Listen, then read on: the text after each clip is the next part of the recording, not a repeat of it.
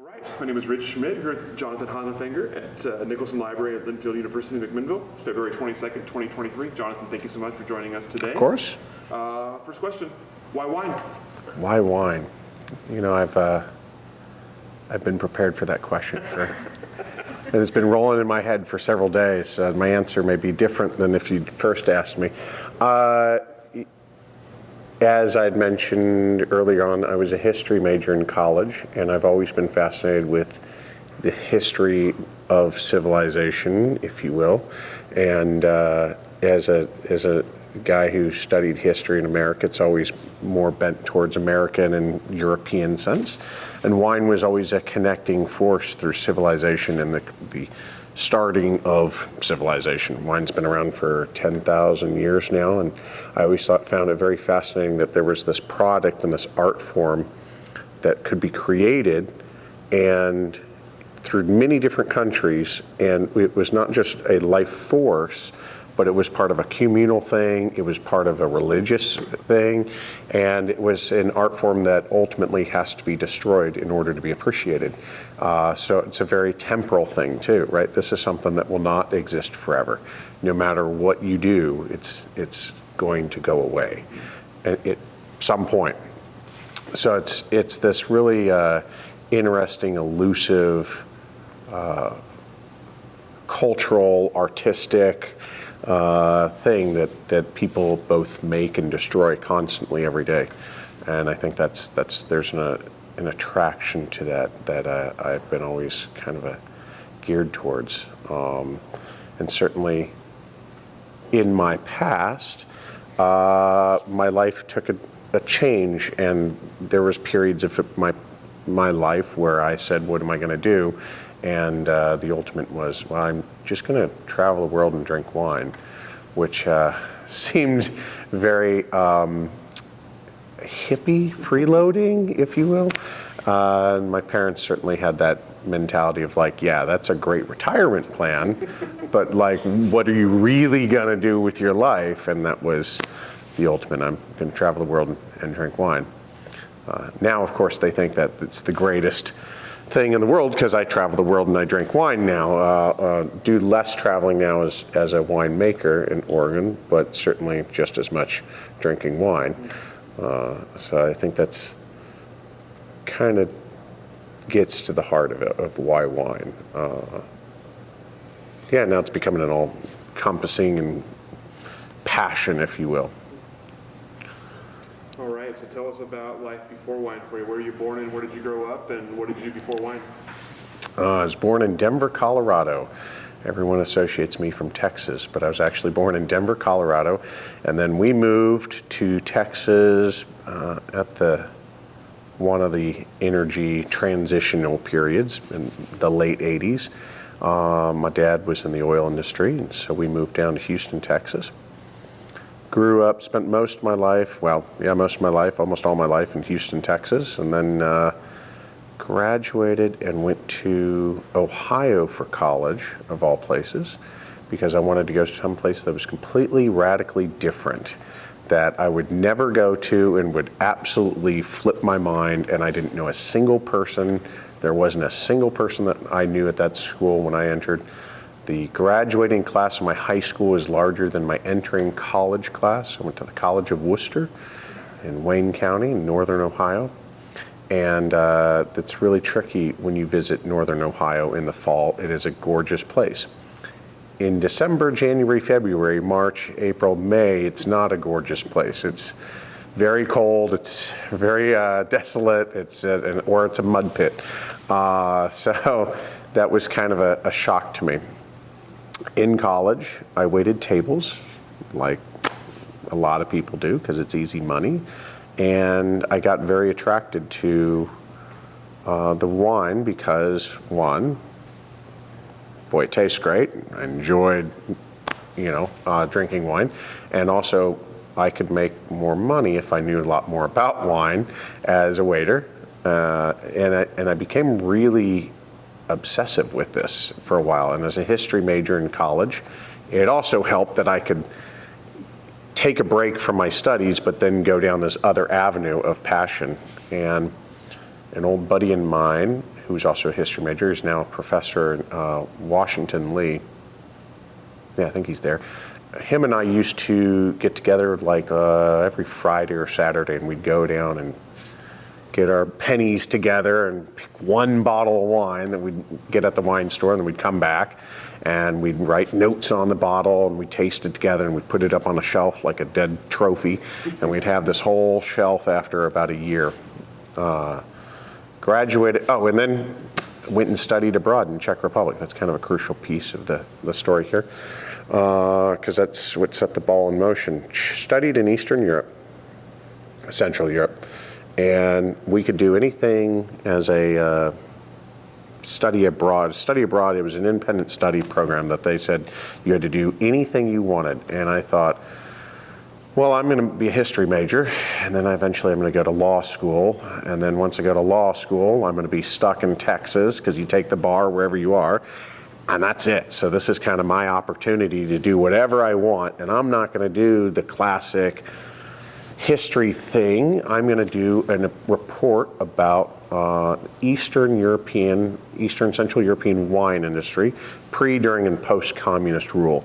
And because I'd learned about this fields called Takai, and the Takai fields that had been around 1,000 years before France had ever started doing wine, and this was considered sacred by Christianity, the Eastern Orthodox, even the Ottoman Empire. Like, these were considered the fields.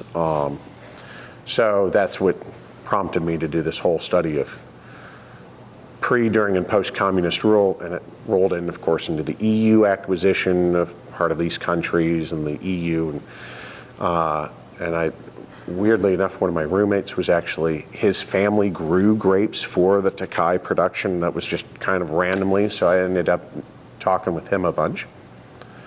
Graduated college, went off to, decided I was going to take a year off before law school, and went back to Texas, and then I got involved with some political aspirations.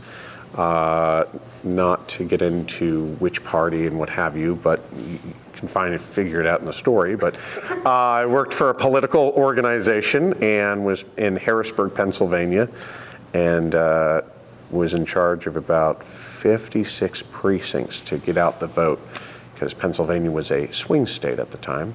And we did great.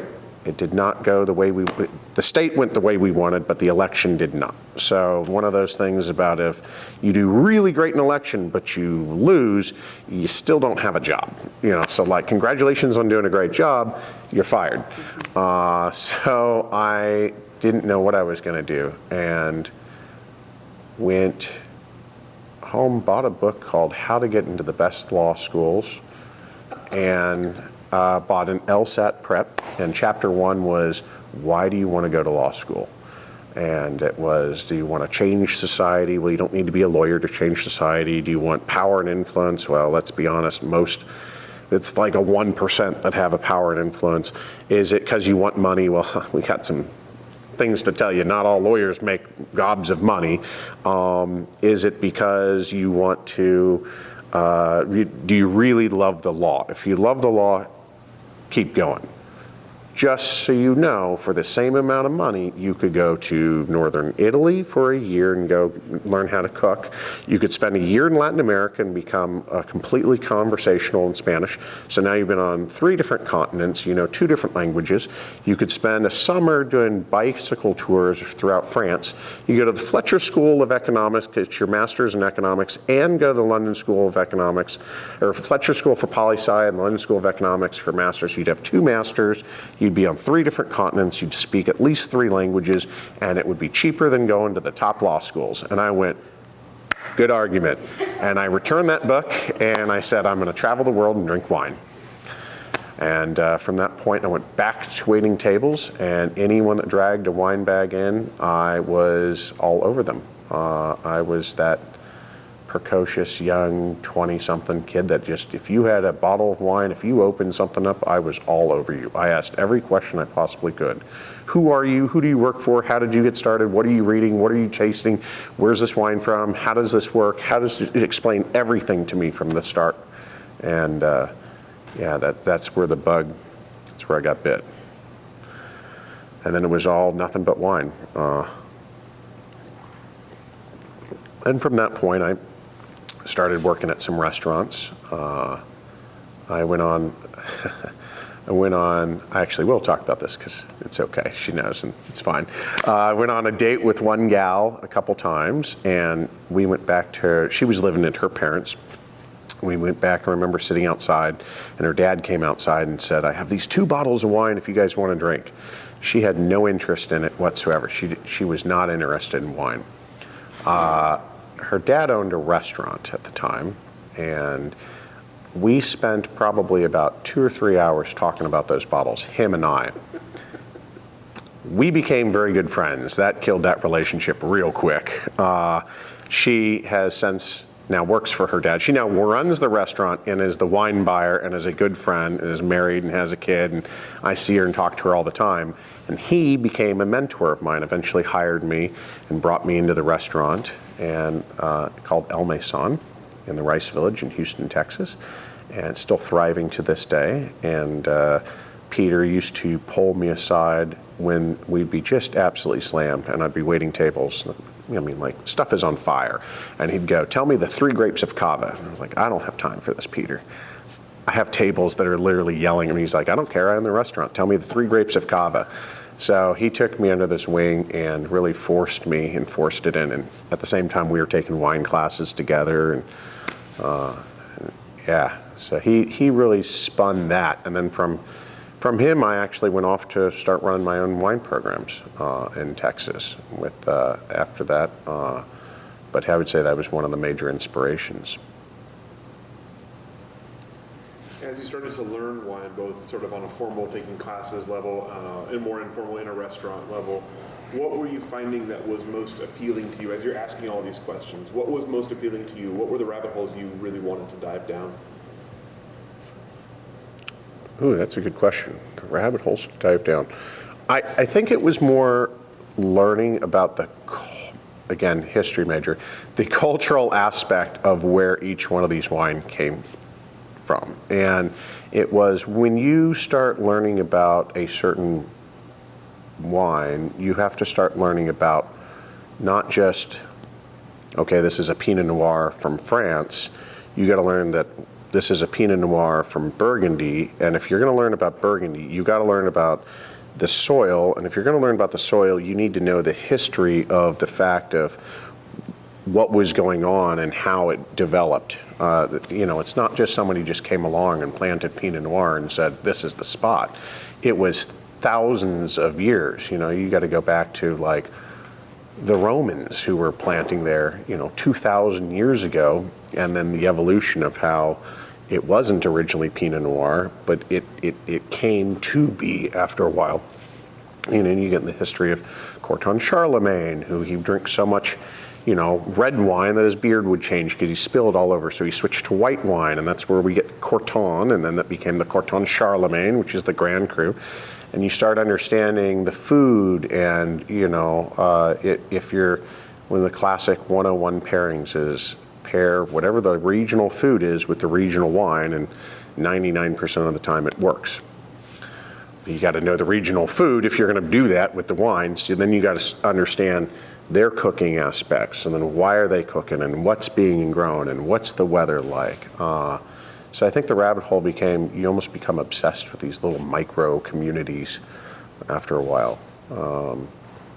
And then you got to, then there's thousands of different ways of making the wine. Why do they make it this way compared to this way? Sometimes it's because they were just poor. Because there was no access to X, Y, and Z, right? Or it was, that's what we had to do. Sometimes the lack of resources and money gives you a lot of creativity because you're just going to figure it out because you have no other options. But again, I think that the rabbit hole was more about learning about the different communities and these micro environments throughout the world. And I think that's what still fascinates me. There's definitely a different cultural aspect, both when it comes to the type of food, the type of people, the way people interact, the way people just act of, say, Walla Walla, McMinnville, Ashland, Sonoma, Napa, right? I mean, just inside our little microcosm of just the Western United States, there's a radical difference between McMinnville and Napa and Sonoma, Hillsburg, and Walla Walla, or Hood. I mean, that's so, understanding that is still very crucial in a lot of aspects of making wine and being part of the wine community. So tell me about selling wine then, especially in the early days as you were selling wine in restaurants. What did you find people were looking for? What did you find sold the most wine? What was the kind of the secret to unlocking more money, more sales? Oh, if I was a smart man, I'd make Cabernet Sauvignon. Because Texas loves Cabernet Sauvignon. And I mean, I've said that a couple times. Like, if I really wanted to dial in on like making wine and making money to sell back to my own community, it would be Cabernet Sauvignon. That's not to say that someday I won't, but that is certainly the key for that. I would say learning, the big thing is asking questions and trying to engage and trying to understand where someone's coming from. It takes a certain skill set, whether it's learning or on the job or whether it's a natural knack, to be able to assess someone in about 30 seconds of what they want and what's in their budget, and do they care about the food pairing or do they just don't care? Are they here to wow and impress their date? Are they on a business meeting? Are they on is it a family event? Or is this just I'm ordering wine because we want to drink something and I don't care because I'm in the middle of it, like, we're just going to have the talk and this is such a side piece. And I think learning how to read people and ask questions was probably one of the most important things in a restaurant setting. Knowing certain trends help. Do ratings matter to certain people? Some people it matters, some people it doesn't. And sometimes in the early 2000s, it was very important to know ratings. And now today it seems like there's so many different ratings that they're not as powerful as a tool as maybe they once were. So selling wine is that aspect in restaurants. I have sold wine outside of restaurants in distribution, and I was terrible at distribution. That was the one job in the wine business I think that I was absolutely awful at. I just didn't like it, and I've tried to struggle with why and what was going on with that. I think there is the aspect of you're going into somebody who is the sommelier, the wine bar, what have you, and they already have a guard up, and so you're trying to figure out how to get through that guard. When someone comes to your restaurant and they're sitting at the table and they're ordering a bottle of wine, if they have that menu in there, they're getting a bottle of wine. Like, guaranteed, they're buying something from you. Like, it's almost harder to walk them out of the sale than it is for just like finding something on that list. When you're going in to sell wine as a distributor, they already have a ton of wine, and they're going to tell you they already know more than you before you even walked in the door. So it's that you really got to be on. It's more of a sales game than it is a wine aspect game, and I think that's why now selling my own wine, I do better than when I was in distribution, because I know it, I've made it, had my hands on it, and I thought it'd be more difficult to sell. Well, it's still difficult to sell my wine. I thought it'd be more difficult because I'd have more of an emotional aspect of when I hear no. But no is actually good. No is better than nothing. A yes is good, a no is good. Because a no, I know how to proceed. Okay, I'll call you tomorrow is man, that's the tough one. Yeah. It's not unlike asking for a date. Yeah, like, I'd rather just be told, no, I'm not into you, than like, ask me next week. Ask you next week. okay, great, like I'd rather just move on and spend my energy somewhere else. I think a lot of people have that same attitude in the wine business. Tell me about, you mentioned getting into other restaurants and starting to become in charge of wine lists, in charge of wine programs. Tell me about that step for you and about the kind of your philosophy of building a wine program. What did you look for, and what was important to you to be shown in a wine list? Well, my first real, I guess, grasp of power. My first real access to wine would have been working for Brennan's of Houston, which is a restaurant that's part of the Commander's Palace out of New Orleans, and they have been a restaurant dynasty for well over 100 years. Brennan's itself had been in business for, I think when I was there, we were going on 40 some odd years. And they had deep pockets, and the gentleman who I worked underneath, I was wine guy number 2, that was literally my title, is their aspect was we are buying for 4-year blocks. So what was nice is I could taste a wine and say, I really like this, but I don't even want to put it on the wine list for another 4 years, which I don't know any restaurant that does that, because that is a lockup of a lot of assets. And even now, as I'm a business owner and winemaker, I'd look at that and go, dude, that is a lot of money you're locking up for quite some time. Obviously, we couldn't do that with all the wine. We had limited space and limited funds. But with that group, it was trying to build the most amazing wine with all the wines from around the world. So it was a constant look for anything from around the world, and then pepper it with some of the, I would say, geeky wines. And so my wine guy 1, he used to call himself, I'm a chef who's a wine guy, and he looked at me as the geeky guy. So if you wanted to talk geeky somm stuff, he'd walk away from the table and pull me in. That was not his forte. So his forte was talking pretty basics, pretty classics, higher end Cabernets, Amarones. Italy was more of his forte. If you wanted to get into some sort of, this is actually not Chardonnay, it is Pinot Gris that's grown on the hillside of Corton by only this one guy of this one aspect, I was your guy that you'd talk to. And so that my driving force was always trying to find those unique things that I could tell a story about.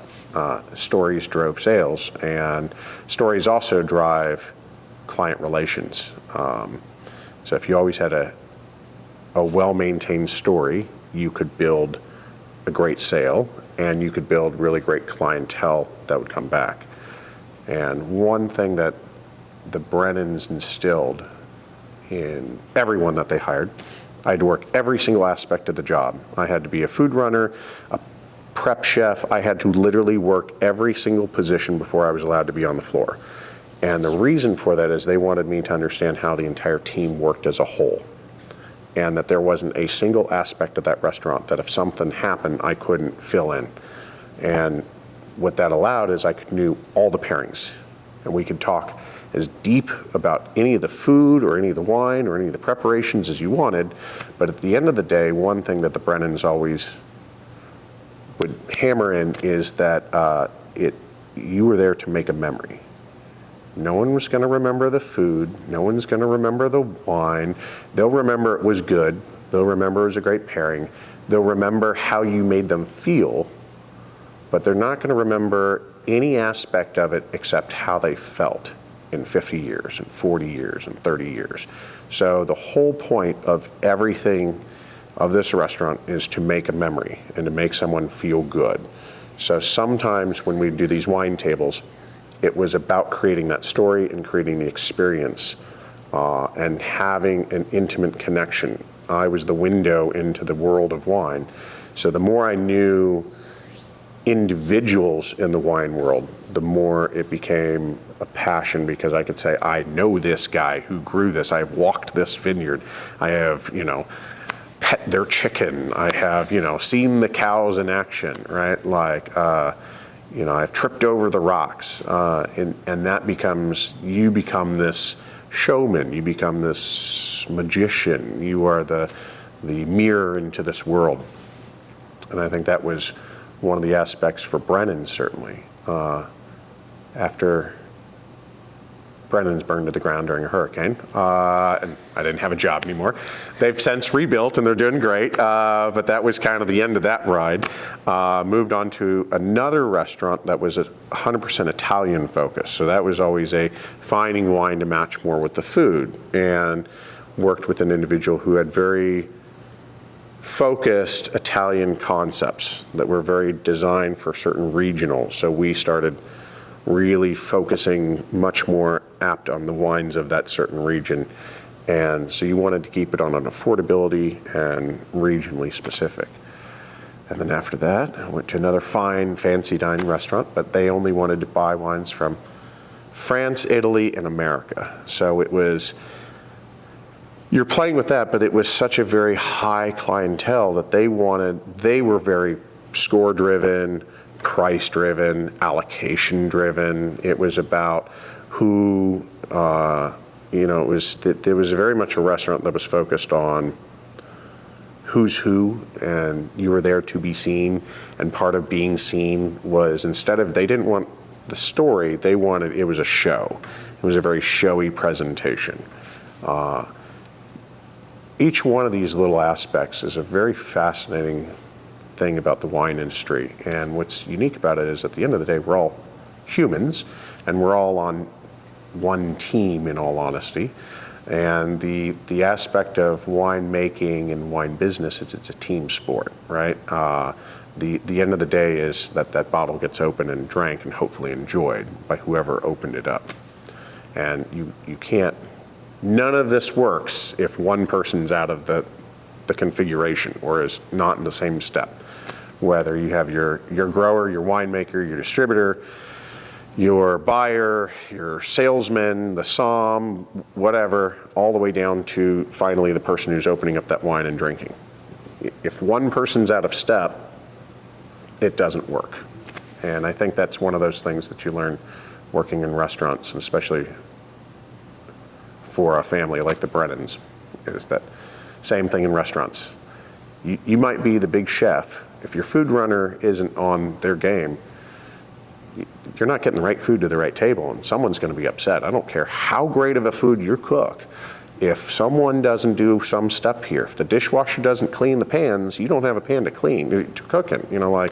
So it is a whole team sport, and it's a team effort. And I think that's certainly how I look at the wine business now too. So with all that, I'm curious, what do you feel is the main role of a sommelier? What is your job there to do? I mean, number one, to sell wine.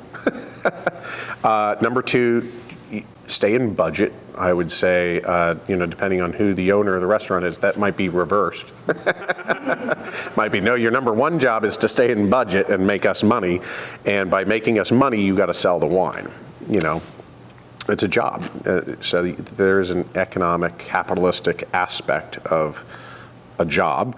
And so that's, at the end of the day, it's not to go broke and to make returns on investments. And the sommelier's job is to sell wine and to stay in budget. Now, what does that mean? That's the very basic, but as you flesh that out, it becomes they're a storyteller, they're a showman, and they are part of the front of the house that's supposed to make the magic happen as you dine.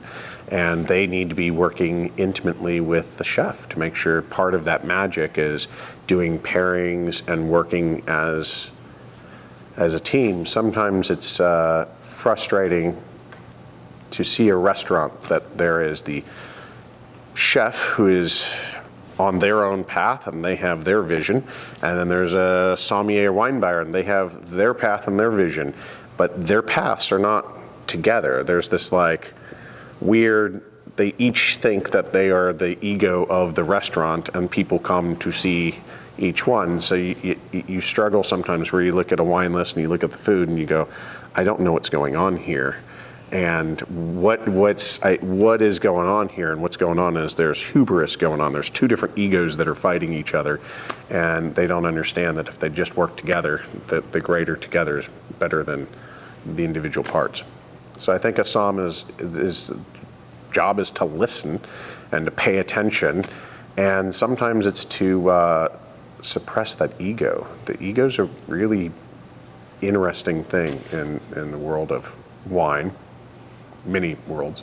So you got to suppress that ego sometimes. Just because you like that really funky, interesting, orange, sparkling wine from Mallorca doesn't mean that here at our steakhouse, where people want to spend $200 to $2,000 a bottle, they're probably not going to be into that orange sparkling wine from Mallorca that you put on your menu for $50.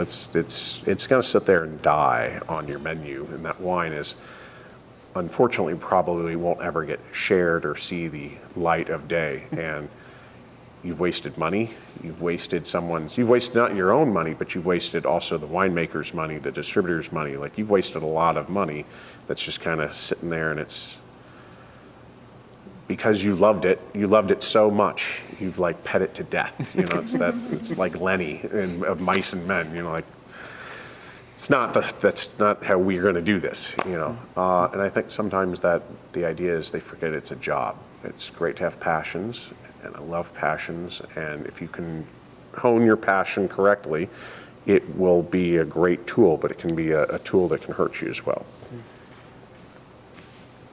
So you mentioned, obviously, the thesis statement for this interview was traveling the world and drinking wine. Traveling the world and drinking wine, so that's right. So tell me about the traveling the world part.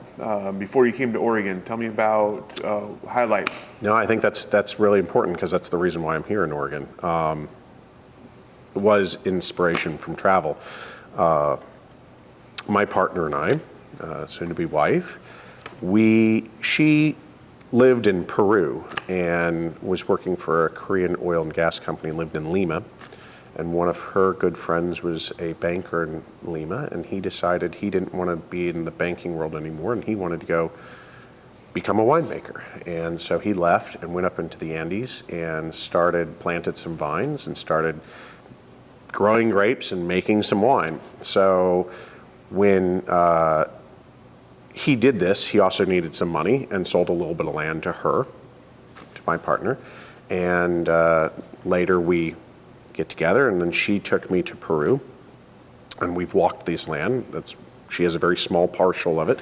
And while he is very poor, for the most part, you don't get in the wine business to make a ton of money, obviously. He was very rich in life. He had children that he'd put on his shoulder, and we'd walk up the hill and pick oranges from the tree that we'd bring back down and open this up, and we'd put it in our pisco that was homemade, that was sitting on like basically a water cooler of just pisco. And it was a very rich life in being a part of this atmosphere, this incredibly beautiful, high, 10,000-foot Andes overlooking, the mountaintops. And, one thing that's lovely about being in the wine business is there's very few places where grapes grow and there's a business that's ugly. Fantastic. You're not going to Midland, Texas, usually to find wine. It's not like working in the oil fields. You're not going to be put out in the middle of the sea on an oil platform to make wine.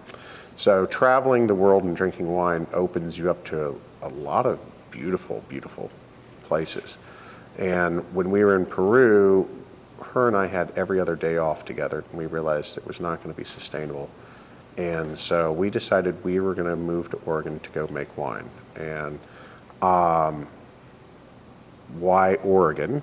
Oregon has always fascinated me for the aspect of Pinot Noir and Chardonnay, because before I was with her, I spent a lot of time in Burgundy, France, of course, as a lot of people up here spend a lot of time or have been influenced by.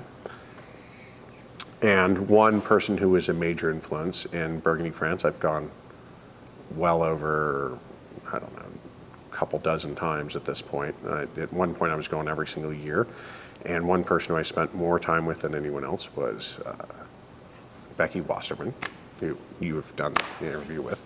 And yeah. So she was a major influence. I couldn't go to France. Well, I could, but France loves people who visit. They also love when you leave.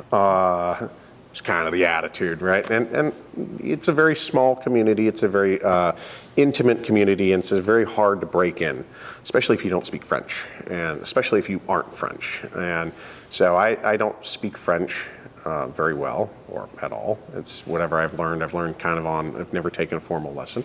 And that wasn't going to happen. I wasn't going to go to France to make wine. So I wanted to go to a place that could emulate that. And as Becky's influence in the sphere of Pinot Noir and Willamette Valley, as a legend as she is, she also influenced looking into Willamette Valley.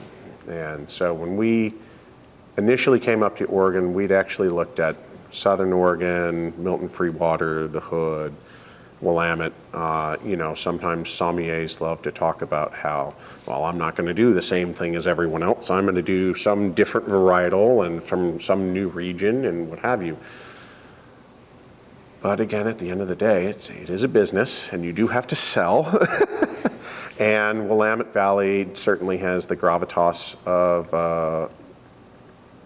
of the world's attention. And in all honesty, it is the attention seeker of the world. And that's not to say that these other regions, the Rogue Valley, Illinois, Milton Free Water, Hood, they're all fantastic regions, but they all have to go through a certain growing pains as well.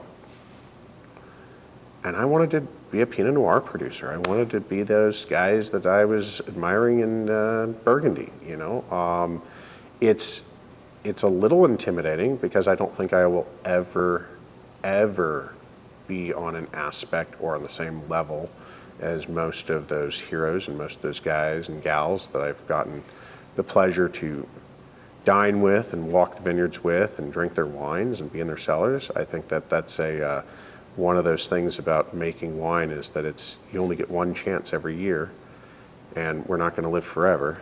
So the time is ticking, and it's just one of those, and you can only refine it only so much each year. So where is that ego thinking that you can ever compete with somebody whose family has been doing it for hundreds of years, who live on the land and grew up on the land, basically grew up doing that? And there isn't competing, and I think that's something that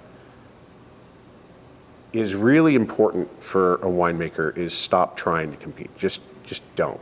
And it's something that I think Oregon is finally figuring out to some aspect. Growing up in the wine business, we were always marketed as, well, we're on the same, Willamette's on the same parallel as Burgundy. So you see the climate, it's very similar. And it was coming here, spending more time on the land, going to get viticultural management classes, tasting more of the wines, being really intimately involved. That means nothing. Same parallel. Houston and Cairo are on the same parallel. One is in the middle of the desert and one is in the swamp. That doesn't mean you should go plant rice in Cairo, that doesn't make any sense.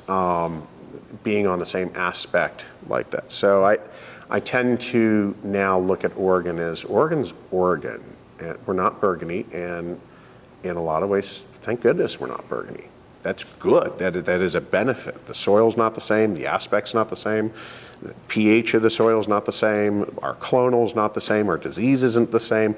In a lot of ways, that's good. There's things that they deal with that are far harsher than what we deal with. And I think that's something that you can't compete, and I think you don't compete. And I think that's good to do your own trajectory. So what's cool about traveling is that, to bring it back to that question, is that you get influenced a lot of this, and it's not just you don't just get to drink the wine and hang out with these people, but you really get to intimately know a spot, and after a while you understand why that spot's special but also why you should never compete with that spot, and that's why it is special. You know, so you can be influenced, you can be inspired, but to try to emulate is a fallacy in many ways. And I think that, you know, if you can, again, be inspired and be influenced, but I think emulating that's a folly, that's a very difficult, that is a house of cards that you're building on, and your foundations are going to be rocked when one thing doesn't go right. Yeah. You know, and you see that when you travel to Australia and you visit some of these regions, the Yarra and the Geelong and Mornington and these other areas that are making some stellar wines, some stellar Pinot Noir, but they're not trying to be Burgundy. They're trying to be the Mornington, Geelong, the Yarra, like they're trying to be their own aspect. And they will never be like Willamette Valley. And we can say that very proudly. But we'll never be like the Mornington and Yarra either, right? So, and I think that's something that's very important is when you travel, you come away with a better appreciation of where you came from and where you're at. And, you know, it's, what is it, Dylan Thomas says you can never go home.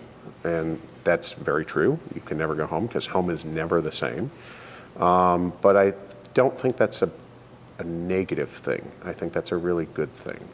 And I think that's what inspires and can transform a region to do better. When you travel to these regions and you say, yeah, this is the end all and be all of Romani Conti and DRC, but we're doing some pretty stellar stuff too but it's just different, on a different level. And I think that's what's great about traveling. And, you know, drinking wine. Of course. Of course. Why else would you travel? Why else would you travel? Yeah. So I'm curious, before we get to you coming to Oregon, what were your impressions of Oregon as a state and of Oregon wines before you got here? Oh, it was all filled with sparkly vampires, right?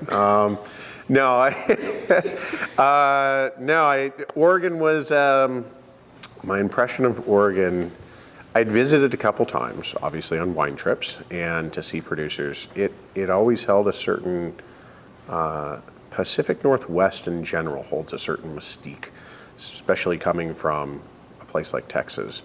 Whereas Texas is all about yahoos and cowboys, or it's either, you grow up either wanting to be a cowboy or an astronaut. And that says a lot about Houston. I mean, that is literally, you can tell, were you trying to be a cowboy or trying to be an astronaut? And I think in the Pacific Northwest, the aspect was always like, were you going to be a fisherman or a lumber guy, or, you know, or wine, as wine has started coming along. Wine has definitely been a central part of that. But I always saw it as a not very populous area, very rainy and cold, cool, if you will, filled with forest and beautiful beaches or coastlines and beautiful mountains. And I think that was more my aspect of it. And in a region that was doing some really cool stuff that was on the cusp of right there that people just hadn't really learned enough about. And I still think I think the entire state is on that cusp of really making, I think we make some fantastic stellar wines that are put up against anyone in the world. But I think that there is still so much potential to come in this state, in all aspects of the state, whether it's in Milton Freewater, in Hood, in the Illinois, the Rogue, in Willamette Valley. Like, there is so much more that can happen and will happen in this state. And I think that's also why the inspiration of coming here is that the potential is just, I see so much potential in this region and this area and in this state, versus, not to talk bad about California, but I know that's in vogue in Oregon. But to talk bad about California, you know, you see Napa aspect and you see the Sonoma aspect, and it's, it's bought up a lot and it's gotten very expensive. And they are world class, but I think they're going to have a lot of struggles going forward because there isn't maybe as much growth in some of the well-known regions, and they're going to struggle with some global climatic changes, which they already are. And I think that when your land is so ridiculously expensive, you don't have the freedom to be as creative. I've said that before. Sometimes when you don't have money and because you don't have money, you don't have all the access to everything in the world, it forces your hand to be a little bit more creative, and it forces you to be pushed in different ways that maybe you didn't think you were going to go. And I think that certain regions, again, I'll say Napa, I'm not trying to talk bad about one region because there are a lot of good friends there, and I do like the wines there, but I think the one aspect of Napa that they struggle with is when you invest so much money, if you don't make a wine that represents Napa in a classic style, Cabernet Sauvignon in a certain style, you're not going to get the sales, you're going to get pushback, and you're making a big gamble. And the more money you gamble, the less wild you're going to get with your idea, the more conservative you are going to be with that money, rightfully so, right? A lot of people don't gamble with 10 million, 100 million plus amount of dollars. And it's unfortunate because I think that there could be a lot of cool stuff that could happen, but at what price, right? So I think that's what's really nice about Oregon is sure, it's still expensive. Winemaking is expensive. It's expensive, but you're not struggling. I don't need to put $5 million out to start 100 case production in Oregon right now. I think that might change someday, but it's that there's so much areas. We've had 2 new AVAs come online in the last year. Mm-hmm. We've had 2 more before that in the last 5, and I still think there is an argument to be made for at least 2 more that I could put in my mind right now, if not 3, and that's just Willamette Valley, right? Like, we haven't even gotten into the Columbia Gorge, Hood, parts of Milton Freewater, which also is growing, and there's new AVAs coming on all the time, and Southern Oregon, and there's going to be more stuff. At some point, Southern Oregon and Willamette are probably going to merge. There's probably going to be this point where there's wine being grown. You can drive all the way from Portland all the way down to Ashland, and there will be some aspect of vines that you'll be able to see. I don't see why it wouldn't be that way. So I think that's what's brought me to Oregon. So you mentioned the notion of coming to Oregon. What prompted you to want to make wine rather than coming here to sell wine or do something else in the industry? Oh, now I get to insult the sommeliers. Yeah, so again, not to insult people, but there's going to be some people insulted, and oh well, c'est la vie. But I've said this before to people: is you go to the Louvre in Paris. We can all name Leonardo's the Da Vinci, right? It's up on the wall. We all know where it is in the Louvre. You can probably name multiple artists that are in the Louvre or that are in the Metropolitan Museum of Art. Do you know the name of the curator? Unless you're really into art, you don't know the name of the curator. And that's okay, it's fine. A curator has a passion about collecting art and guiding us and being our window into the art world. But that's what a sommelier is. That's what a wine buyer is. Same thing, they're the curator. So I didn't want to be the curator anymore. I wanted to be the artist. I wanted to be the creator. I wanted to own my own business. I wanted to own my own destiny. I didn't want to work for anyone anymore. And I've had all the best wines in the world. It's amazing that the access that I've had coming from a place like Houston, Texas, that is so wealthy and so driven in travel, being in the oil industry, and so international, that I've had the ability to go to almost all of the greatest wineries in the world and try almost all the great wines in the world, and try some of the greatest vintages of the world. And after a while, you get to a point where you go, okay, what's next? You know, and I wanted a drive, and the driving force was, well, now I get to create, and I want to be the creator. And even you got to set aside a lot of ego to do that, and you got to keep a fair amount of ego too, but you got to set a certain aspect of the ego aside, because you have to realize that, again, you may never, ever get to the point where you're happy. It's a constant drive. It's a constant push. Every vintage is a new reset.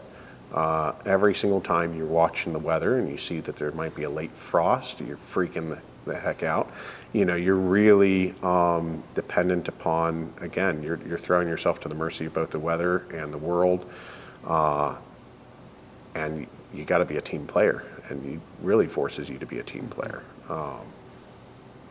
with your growers, with your distributors, with your interns, with your distribution channel, with your storage facility, with your truck drivers. I mean, you know, all of this aspect is what makes the wine world work. Anyone that says, I control everything, doesn't control anything, or is going to find out how little they actually control someday. You know, that hubris will snap at you.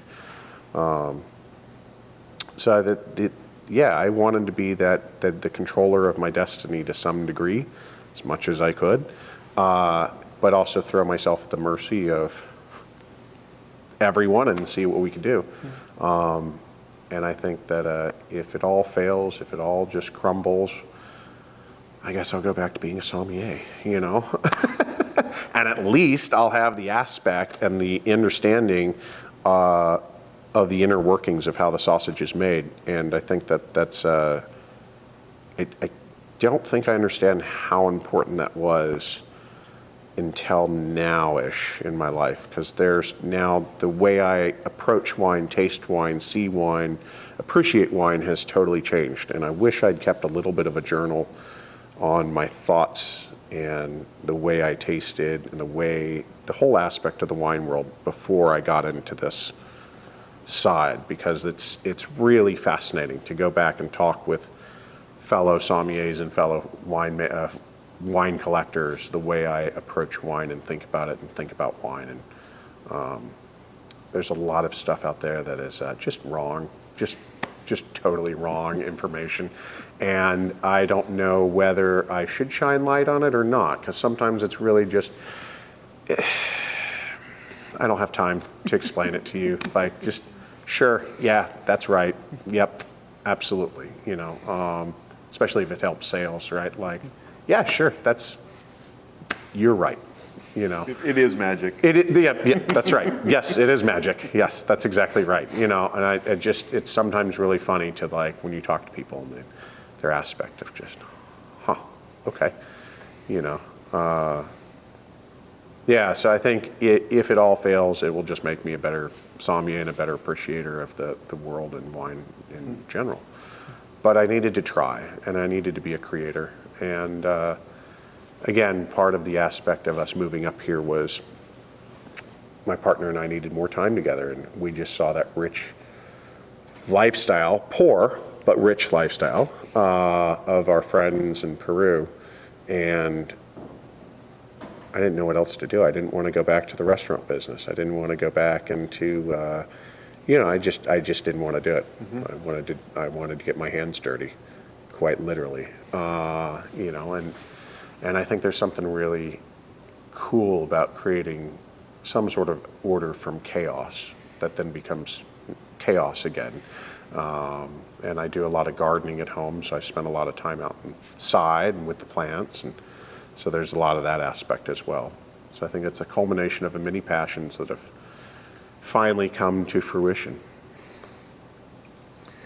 So tell me about coming here, timing-wise, when you came to Oregon, and getting your, I think I know the answer to this question already, and getting your project off the ground. What was the initial notion in terms of name and style, and how you were gonna make wine, and how has it come along so far? Boy, that is a very big question.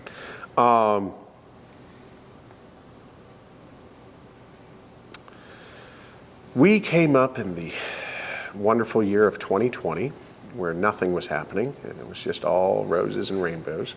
When the pandemic hit, I think it's going to be really fascinating. Side note, I think it's going to be really fascinating to watch a lot of these archives pre-times and post-times, as we call it, AC and BC. But, that's influenced a lot of our lives, right? COVID hit in Houston, everything started shutting down, and we had to make the determination. We had already started planning a year before that we were going to move to Oregon. And we had already come up here and scoped out some areas and drove around and started talking to some people up here. COVID hit. I had a great job. And it was secure. Wasn't going anywhere. It's going to be fine.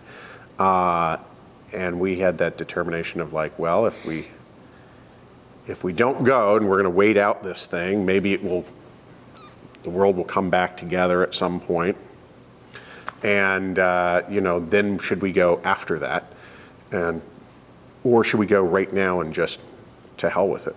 And we decided to hell with it because the world is there's always going to be some roadblock. So might as well take this opportunity to just jump off the ledge because everything is in chaos. Might as well just embrace the chaos and go for it. So we came up with literally no aspect except for we were going to make wine. And I mean, even down to as we're driving up with everything in the car, there was still attitudes of, well, maybe we'll just stop in Walla Walla and start there. And maybe we'll stop, there was zero aspects except for I want to make wine. I think something in my back of my mind was always Pinot Noir because I'm such a Burgundy fan and fanboy of Burgundy. So I think Pinot Noir was always a driving force for me. But it's also one of the most intimidating one to do too. And there was a winemaker here in Willamette Valley that actually told me, well, if that's your driving force and you're a fanboy, why wouldn't you do that? Because you, at some point, if you try to make some other varietal, your mind is always going to be like, well, someday I'm gonna. So why wouldn't that be now, right? And I've shared a lot of those, I guess, fears about well, I'll never achieve. And he's like, yeah, well, no duh. So what? Move on. You know it, move on, right? At least you know that, move on. So I think that was the driving force was wanted to make wine. It was always inspired by Pinot Noir. And so we got up here. Of course, moved to Portland, and Portland was in its special spot at the point. We had federal troops on the squares. There were protests going on. Things were being lit on fire. There were people literally sleeping on the streets, and then the forest all caught on fire. So then we had the massive fires of 2020. So it was very wow, we really embraced the chaos, and the chaos embraced us. And worked harvest that year, which was challenging in and of itself, because you're basically working, it was one of those, well, if you didn't want to wear a mask for COVID, you're going to wear a mask for the fire. Mm-hmm. So we wore, respirators outside and stuff. And thankfully that vintage, Dan Dury, who's also been on the archive, who I was working under at Lady Hill, and he advised me that, well, if everything is to hell and everything's shut down and there's nothing for you to do, you might as well just go back to school, man. Go learn viticultural management. So that's what I did. I went back to Chemeketa and took their viticultural management program and spent a little over a year really in the vines and learning the management aspect there. And I think that was a really great program and a really great piece of advice that Dan gave me. And then went to the facility with John in 21 and wanted to make Pinot Noir. And basically I was his intern. I was doing my own project and I was finishing up at Schmidt all at the same time. Because why not, I guess? If you're going to do something, if you're going to be a bear, be a grizzly. So part of being with John, which was really nice, is that we share the facility. There's 5 of us in that facility, and I got to, as the intern and doing my own project, I got to learn a lot of each aspect from all these individuals, and I listened to them, took a lot of notes. Did Pinot Noir, got to continue with Pinot Noir. And although sometimes there's the pushback in Portland about, well, Pinot Noir is dead. Everyone does Pinot Noir, that's so boring, we're so sick of it, we're over it. I don't think they understand that that's part of the community that they're in. And you don't go to Burgundy, and you don't go to Bordeaux, and you don't go to Champagne, and you hear them say, we're sick of Champagne, we're sick of Bordeaux, we're sick of Burgundy. Matter of fact, if you go to those places and you can find a wine that's not Burgundy or Bordeaux or Champagne or Barolo or Barbaresco, whatever wine region you are in, it's amazing if you find a wine that's not from that region. That's a unique unicorn type thing. They promote their own place like crazy, and sometimes that's what drives me crazy about Portland. Like, they don't understand the access to world-class wine that they have, and they keep wanting to do something new. It's part of that young wine movement. Young somms like to do this too. They always want to be unique and different.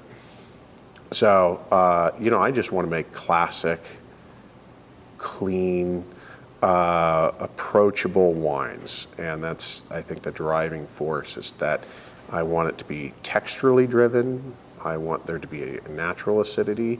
And if I can do the first 2, the third of low alcohol should come naturally, but if there's high alcohol but it's textural and has acid, then I don't care. Who cares, right? And I think it's part of working with what does the wine want to show me, and how can we work with the grower, not forcing the grower's hand. Again, team aspect. You have to be on the same team. Otherwise, you're going to have animosity, and something is going to go wrong, and somebody's going to get angry, and you're going to have to figure out how to fix it. And at the end of the day, it was really your fault that you started that because of your own hubris. So I think the aspect of coming here was Pinot Noir. That's approachable and clean, and we'll start from there and then build on those foundation and blocks. One aspect I never thought I would do was make Chardonnay. And year 1, I made Chardonnay. And because if Pinot Noir is intimidating, Chardonnay for me was even more. Because I think if I make Pinot Noir, you can figure out how to blend it or make it disappear, or somebody will buy it. It's red wine. It's relatively easy to play magician work with it. Somehow, push and pull or whatever. White wine, a little bit harder. Doesn't command sometimes the respect that it should with price points. And sometimes people will not pay as high of a price for a white wine compared to a red wine. And certainly knew those collectors as a somm that would never buy anything over $20 for white wine, just wouldn't do it. They finally saw the errors of their ways many years later. Now they obsessively collect some crazy white wines and champagnes. But it was one that was intimidating, and my partner once again told me that we didn't come here to make conservative decisions, and if there was an aspect of something that I really liked, pull the trigger. And I said, well, we're over budget, and she said, I control the budget, pull the trigger. So we ended up making Chardonnay as well, and I think that Pinot Noir and Chardonnay are always going to have a certain aspect in my life making wine going forward. There will be others that will come along, but I think that the goal there is crafting that classic style Willamette Valley Pinot Noir, which is delicious and fantastic.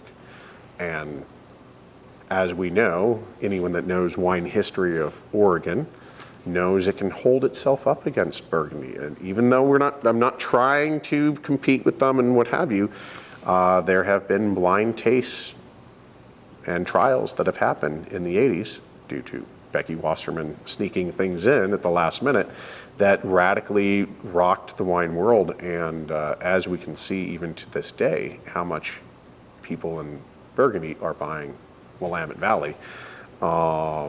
Constantly, every year there's somebody that's buying more land here from France. So that's a good indication that you're doing something right. If your heroes are buying in the land that you're supposed to be making wine in, that's good inspiration. Tell us about the name of your brand and about, and you mentioned earlier selling wine. Tell me about how it's been selling your own wine. The name of the brand, I have Wild Child Winery, which it's a great name because, well, it allows me a lot of liberty to kind of do whatever I want, and I can just rest on the fact that I'm the wild child. And the wife really came up with the aspect that I'm a little bit of a wild child, and a lot of this whole thing is a wild idea and a wild whole inspiration to move 3,000 some odd miles in the middle of a pandemic, right before a forest fire and social upheaval, and throw a bunch of money into the wind and see what happens with no real experience in doing this, I guess the other nice thing about having the name Wild Child is you can actually say, like, I was with some buddies in Central California, and we dropped a bunch of LSD, and I was inspired to make this type of wine. And you can say it at a wine dinner in front of clients who are spending thousands of dollars a plate, and they will all laugh and think you're great and think it's a great story, and they won't know if it's actually true or not, but that's not the point. The point is that you sold the wine and used that story, right? And I think that's one of the fun things about Wild Child is that it's a little bit of a making fun of myself to some degree, and making fun of the aspect of wine is super serious, and we got to be very serious about this.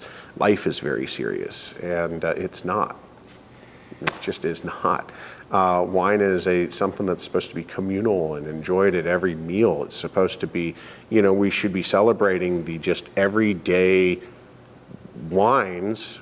We sometimes people hold these things on pedestals and shelves with special lighting, and they talk about how serious it is. Look at my furrows. I spent lots of money.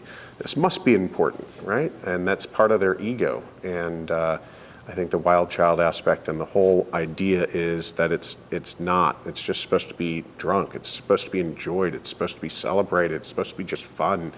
If you drank my wine and couldn't remember anything about the wine, but you opened it up on a birthday, dude, that's great, fantastic. You don't need to tell me, how was the birthday, right? Like, that's cool that you even just opened a wine and it was part of some sort of celebration. I don't need you to tell me the tasting notes. I know what it tastes like, it's fine. That's kind of the name of that wine, is that, yeah, it's supposed to be fun. It's not supposed to be serious. And sometimes, for me, that trips me up when I have to make phone calls to the banks or, credit card companies. And they're like, so what's the name of this? Wild Child Winery? And, it's almost like I have to take a step back because I'm like, dude, man, it doesn't sound like I'm very serious about this. And to some degree I'm not. It's supposed to be fun. It's supposed to be a celebration. So I think that's really the inspiration of it. And again, I am a little bit of a wild child. There's some aspects of my life that is a little crazy and insane. And I've done some crazy and insane stuff. So, it's, as I've sold wine in the market and someone says, why Wild Child? Usually my response is, what are you doing tonight? You want to go out? Let's go have fun tonight. And 9 times out of 10, they go, no, I'm good. I got you. I understand now. They see the glint in the eye and they go, yeah, no, that seems like trouble. And it's like, no, it will be. Definitely will be. So part of that is leaning into that fun thing. And when you're in sales, you got to lean into that. One of the cool things about working for the Brennans, I keep going back to restaurant work, and the inspiration is that when you're on the stage, as we called it, the front of the house, you have to lean into certain aspects of personalities. If you don't have those personalities, the stories start falling apart. They don't take shape. and you need to create that memory. So when you got to lean into that personality, right? It was Ella Brennan, the former matriarch, who used to say like, well, we should kick it up a notch, put a little bam in there. And her chef that worked for her took those and made it trademark names and became an exaggeration upon himself. And that was Emeril Lagasse. And Emeril Lagasse, who basically created the Food Network and Food TV and radicalized, changed all aspects, is the guy who leaned into that and said, let's kick it up a notch, and bam, and he became this bigger than life type of person. And I think that's something that I've started learning, is to lean into that wild child. While yes, it's the inspiration of me, also I need to kind of keep up the aspect of that as well. And so when selling wine out into the market, the first couple of times it's been very intimidating, because it's first couple vintages, and I walk in a little unsure of myself, and that ego starts playing with you of like, who are you? Why do you think you can even begin to have a conversation with some of the people, or even have your name up on the shelf with any one of these other people? And you have to almost lean into that. Well, you're the wild child. The whole point of this was to be crazy and insane, right?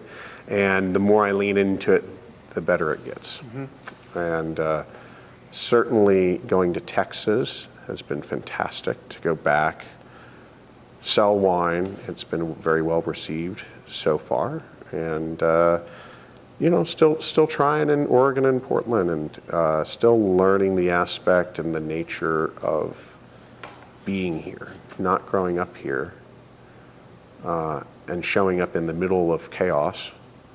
I feel like I'm a year or two behind, because everything's been shut down and everyone's been very reclusive. And I think there's still some lingering of that. There's still a lot of people aren't going out like they used to. They're not socializing. They've gotten comfortable staying at home.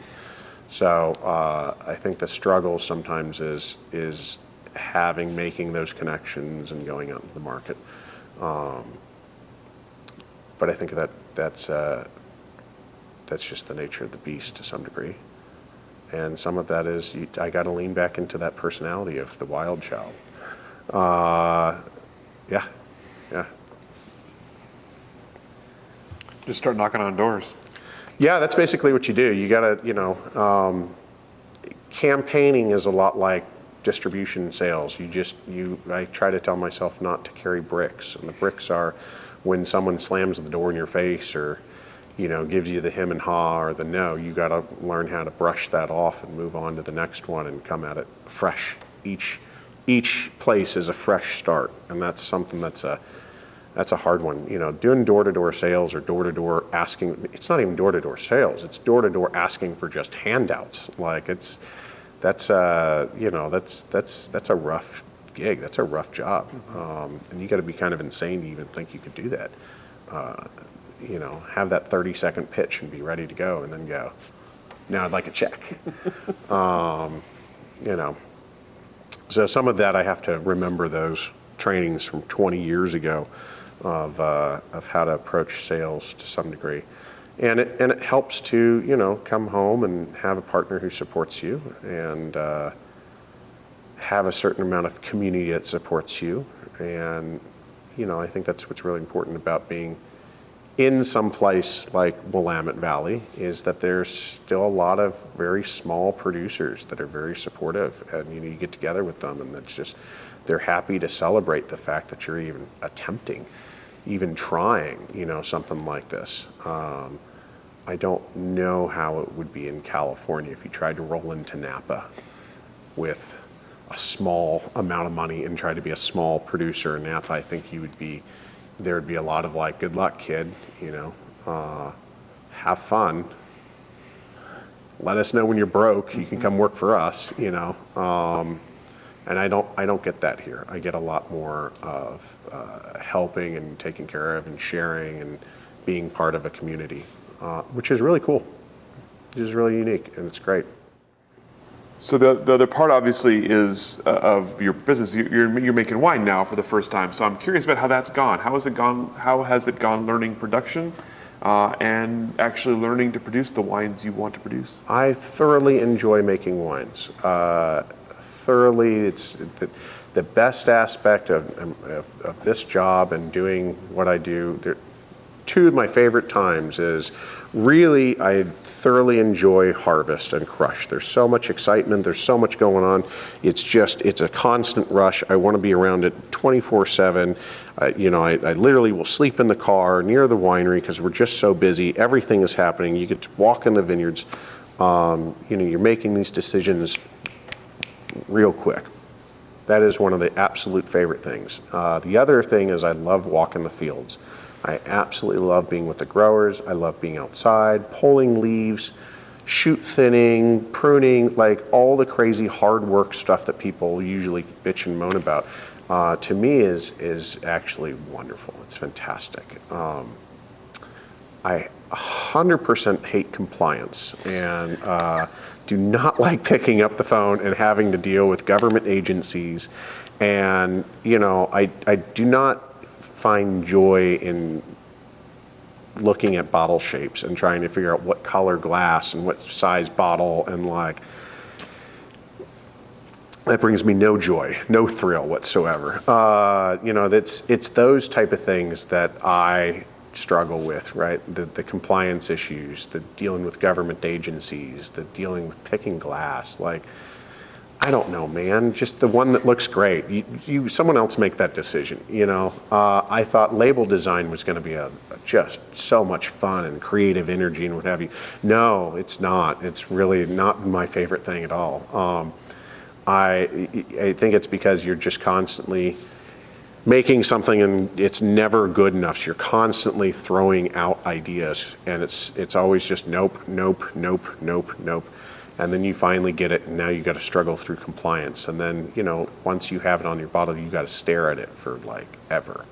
It's forever. It's that so I'll put things on the counter at the house, and any ideas I have, I'll slap it on a bottle and I'll put it on my kitchen counter and I'll walk by it for weeks.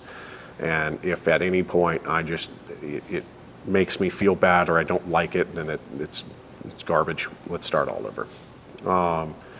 So that's the struggles I have are that, I think most winemakers struggle with the same thing. They don't want to deal with government and compliance and taxes and, label design. Yeah, I guess it's cool to vote for the final label, but starting from nothing and then, trying to create it, it's just, no, that's what an artist is for. Let's go hire someone, Website design is not my forte, don't really love doing that. I got to really be inspired or be pushed, because once I start doing it, it's just so meticulous, and I'd rather be out in the field chopping each individual berry off of a cluster than, being on trying to create website design.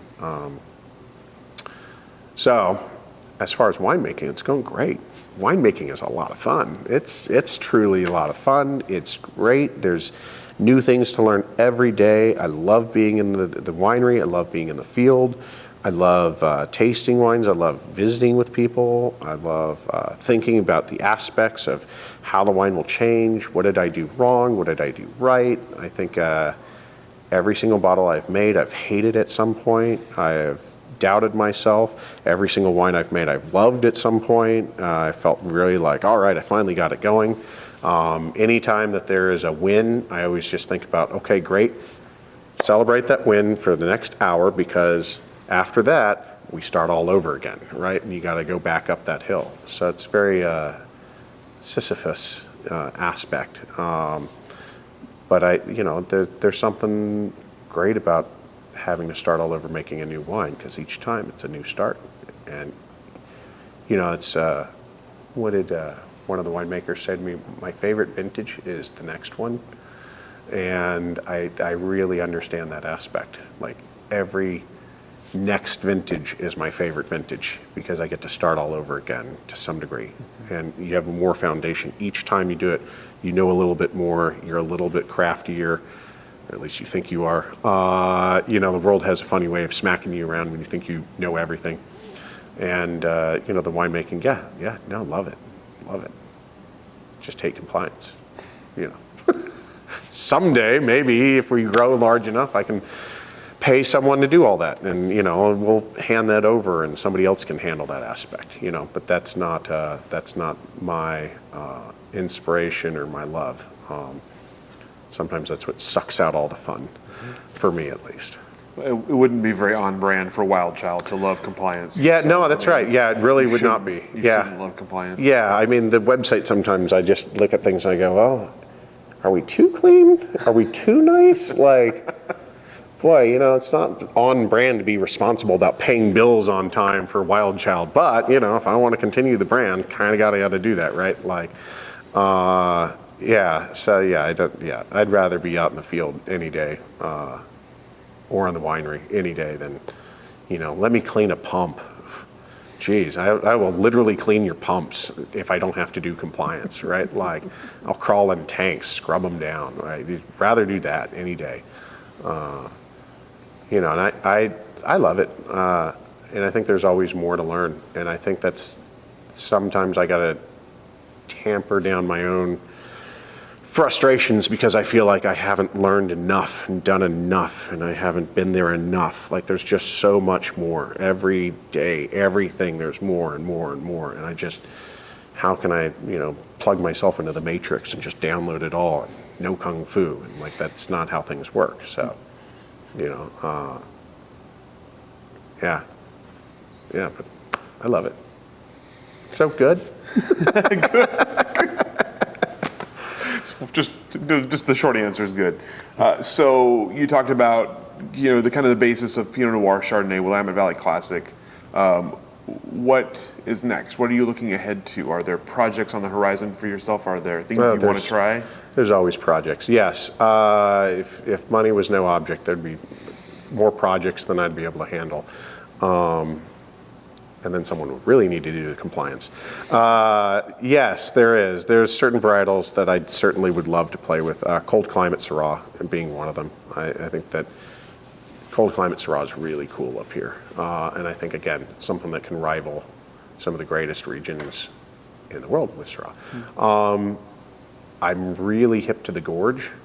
I think the Gorge has a lot of potential, and that's certainly a wine growing region that I had zero experience and zero really understanding and knowledge of in Texas. Olive Oregon is really cool. I like Southern Oregon, and it's just so far away, but I'd like to spend some more time down there working with some of those growers and winemakers, because I think there's a lot of stuff that's on the horizon that's just bubbling, and we're just starting to see a little bit of some action coming from Southern Oregon. But I'd say as another varietal, Syrah, Gamay.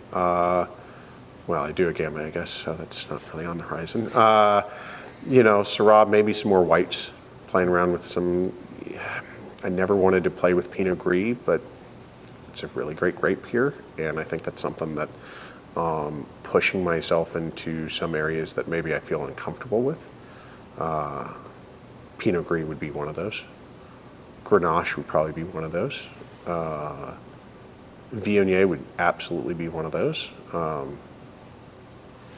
There's certain varietals that I love and certain varietals that I don't love. Maybe play with some of them that I don't love and see what happens.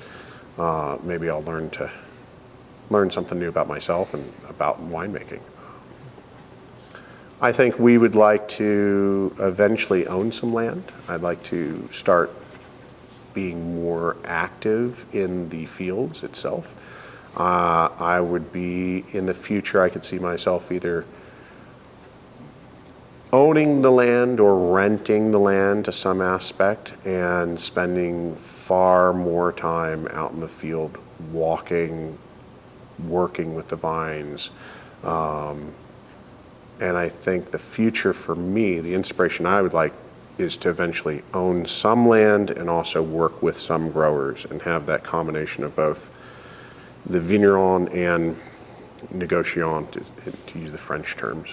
And I think that's where eventually I would lead to. And I really want to see what's next for Oregon. There's some really cool stuff happening in the Gorge and Southern Oregon and Willamette. There's some really great varietals, some very new varietals, stuff I've never seen outside of places like Spain or Italy that is being grown. That I think that could have some really cool potential of making some really wonderful wines. Is there anything else you're looking ahead to at Oregon? Anything, any other kind of predictions for the future? Either things you're looking ahead to on a positive level, or things you're fearful of as you look ahead for Oregon's I future? think that's a double-edged sword. That's the same answer. Fearful and hopeful for. Like happy and fearful for. I think Willamette Valley is. I hear other aspects, the murmurs of some people who have been here that Willamette Valley is over. It's everything that's great has been planted. That the land has gotten too expensive. It's done as much as it's going to do, and I think all of that is wrong. I think that we're going to see. I think Oregon, especially Willamette Valley, is on a trajectory to just continually grow by leaps and bounds. I think we're going to have more AVAs come online. Again, as I've said, right now, even in my mind, I can imagine at least 3, if not 4 more in certain subregions that I could easily see broken up or created, crafted. And I think that we have not even begun to see expensive land. So that's what I'm fearful for and hopeful for. To some things, with popularity and with growth also brings more people who want to put more investment here, which then brings higher prices. And I think that we're going to see that happen. I think that I don't see why Willamette Valley won't rival someplace like Napa. And I think we'll see, I guess the fearful thing is with that also comes the small people might get gobbled up, and there might be bigger brands that are created, and I think we'll maybe lose some of the smaller creative, or they'll be pushed outside of Willamette. They'll be pushed in Hood, they'll be pushed along the coastline, maybe in Washington, or pushed into Idaho in Snake River.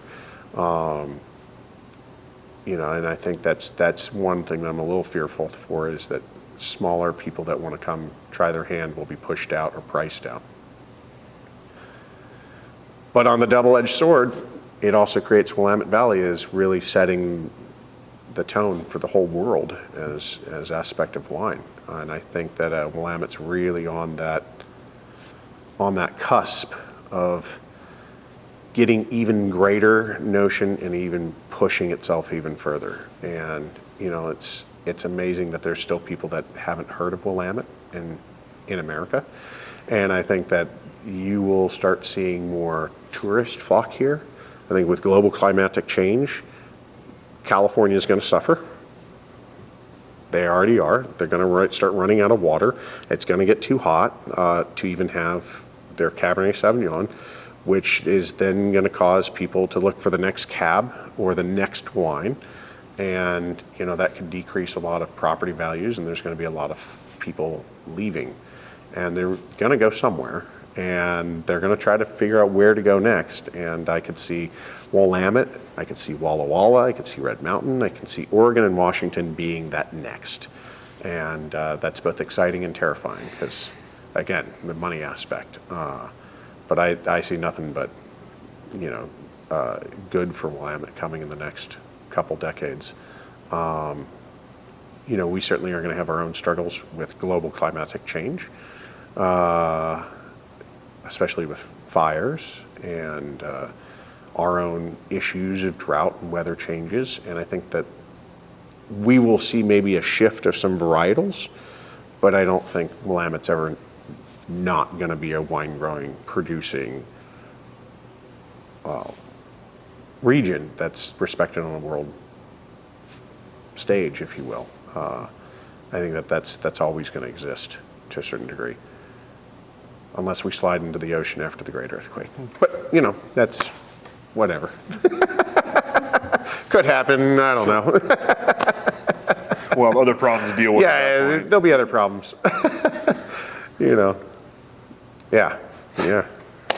So the last question I have for you, you talked a lot about kind of story in this. Obviously, story. You were selling story as a sommelier.